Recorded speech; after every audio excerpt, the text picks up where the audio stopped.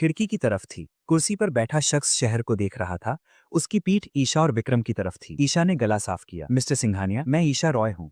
आपने हमारी कंपनी के साथ ऐसा क्यों किया? क्या आप जानते हैं मेरा कितना नुकसान हुआ है? कुर्सी पर बैठे शख्स ने कोई जवाब नहीं दिया। कमरे में सन्नाटा छाया हुआ था। विक्रम थोड़ा आगे बढ़ा। सर प्लीज देखिए, अगर कोई गलतफहमी हुई है तो हम बात कर सकते हैं। प्लीज हमारी कंपनी को बर्बाद मत कीजिए। तभी वो कुर्सी धीरे धीरे घूमने लगी। गलतफहमी तो बहुत बड़ी हुई है विक्रम, एक जानी पहचानी आवाज गूंजी। जैसे ही कुर्सी पूरी घूमी और उस शख्स का चेहरा सामने आया, ईशा और विक्रम के हलक से आवाज ही नहीं निकली। उनकी आंखें फटी की फटी रह गईं। सामने कोई और नहीं बल्कि वही सड़क छाप कबीर बैठा था।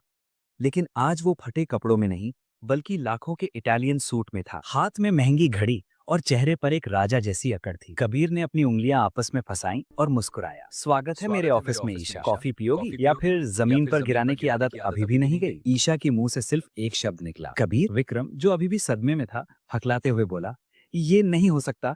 तुम तो कबीर हो। तुमने जरूर ये ऑफिस और ये सूट चोरी किया है। तुम नाटक कर रहे हो। विक्रम की बात सुनकर कबीर जोर से हंसा।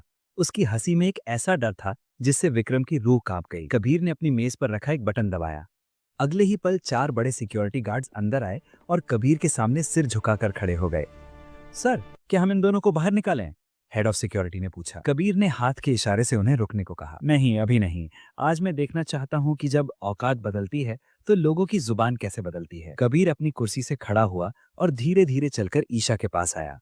ईशा की नजरें झुकी हुई थी। वो कांप रही थी। क्या हुआ ईशा? कबीर ने व्यंग्य करते हुए पूछा। आज आपकी आवाज क्यों नहीं निकल रही? कल तो आप चिल्ला चिल्ला कर मुझे मेरी औकात याद दिला रही थी। आपने कहा था ना कि औकात कपड़ों से नहीं होती।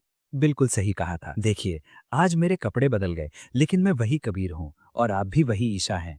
बस फर्क इतना है कि आज तुम मेरे रहमो करम पर खड़ी हो। ईशा की आंखों से आंसू गिरने लगे। कबीर, प्लीज मुझे माफ कर दो। मुझे नहीं पता था। डैड की खातिर प्लीज हमारी कंपनी को मत बर्बाद करो। डैड की खातिर? कबीर की आवाज अचानक सख्त हो गई। जिस पिता ने तुम्हें राजकुमारी की तरह पाला, तुमने उनके संस्कारों का तमाशा बना दिया। मैंने तुमसे शादी इसीलिए किया था क्योंकि मिस्टर रॉय ने मेरे बुरे वक्त में मेरे पिता की मदद की थी। मैं उनकी कंपनी को डूबने से बचाने और तुम्हें प्यार सिखाने आया था। लेकिन तुमने अपने घमंड में सब खत्म कर दिया। तभी विक्रम, जो अब तक समझ चुका था कि कबीर ही असली पावर है, अचानक गिरगिट की तरह रंग बदलने लगा। वो दौड़कर कबीर के पैरों में गिर गया। सर, मुझे माफ कर दीजिए। विक्रम गिड़गिड़ाने लगा। मेरी कोई गलती नहीं है सर, ये सब ईशा का किया धरा है। यही घमंडी है, इसी ने मुझे आपके खिलाफ भड़काया था। मैं तो हमेशा से आपकी इज्जत करता था। प्लीज मेरी फैक्ट्री को बख्श दीजिए। मैं तो बस एक छोटा सा बिजनेसमैन हूँ। ईशा को अपने कानों पर विश्वास नहीं हुआ। वो हतप्रभ होकर विक्रम को देखने लगी। विक्रम, तुम ये क्या कह रहे हो? तुम तो मुझसे प्यार करते थे ना? कबीर ने घृणा से विक्रम को देखा और एक लात मारकर उसे दूर हटा दिया।